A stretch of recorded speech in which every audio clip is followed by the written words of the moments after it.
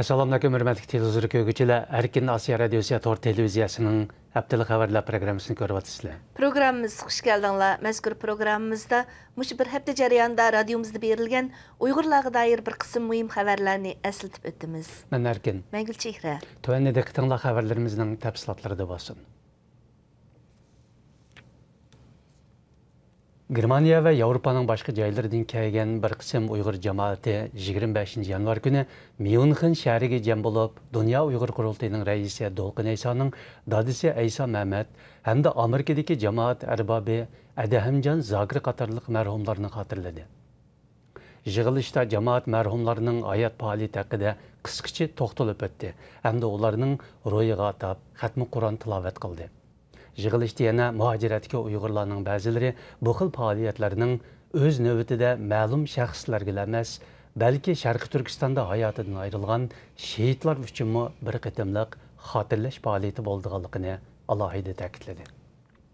Yaqında Xotanning Lopnaya Sampolyesida o'ltirishlik dehqon To'xtirozning uyida haj qilish qo'llanmasini saqlaganligi sababli buningdan bir necha yil ilgari o'g'li bilan birlikda 4 yillik qamoq hukm qilinganligi ma'lum bo'ldi. Uyg'ur diyoridagi diniy e'tiqod bilan bog'lanishlik bo'lgan barliq hodisalar navbatda asabiylik va terrorlikning ifodalari qatorida qattiq bir yoqlik qilinayotgan bo'lib, dunyoning ayblashiga uchirmoqda. Ma'lum bo'lishicha, To'xtirozi Lopnayisda shaxsiy kitobxona ochgan bo'lib, bu do'konda diniy kitoblar va haj safariga aloqador buyumlar sotilayotgan ekan. Amerika Avam Palatası Qarmağıdagi Tashqi ishlar komiteti 28 yanvar kuni maxsus guvohlik berish yig'ini ichib, dunyo miqyosidagi diniy e'tiqod ziyonkashligining eng yaqinqi ahvoliga qarab chiqdi. Guvohlik berish yig'inida yig'in ishtirokchilari Uyg'urlarning qanday ziyonkashlikka uchrayotganligini, eng chong diniy e'tiqod ziyonkashligi qatorida alohida muzokara qildi. Yig'in ishtirokchilari yana bu masala haqida guvohlik berish bilan birga Amerika hukumatini bu haqda texmi konkret bo'lgan amaliy harakatlarga o'tishga yana bir qatim da'vat qildi.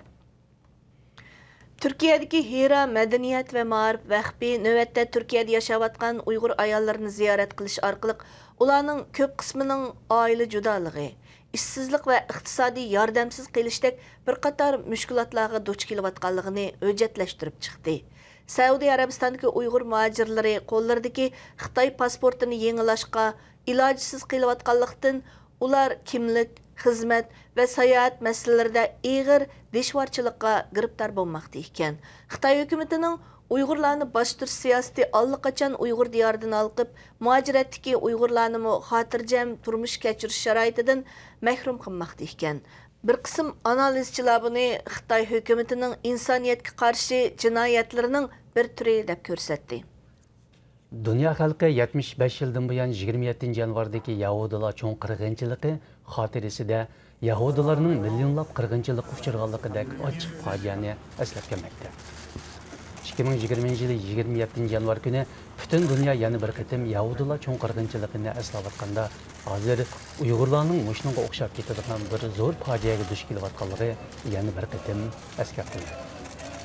Dünya Uyghur qurultayi bu haqda maxsus bayonot e'lon qilib, hargiz qaytalanmaydi degan tarixiy va'daning amalga oshishi lozimligini ko'rsatdi.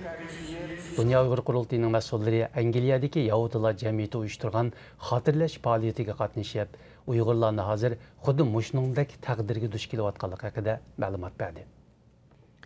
O'tgan haftada Uyg'ur elida 12 kishi Wuhandan tarqalayotgan tojismon virus haqida o'sak so'z tarqitish bilan ayblanib, saqchilarning bir yaxlik qilishiga topshirilgan edi. Navbatda bu virusning Uyg'ur diyoridagi eng xavfli masalaga aylanib kelayotganligi ma'lum bo'lmoqda.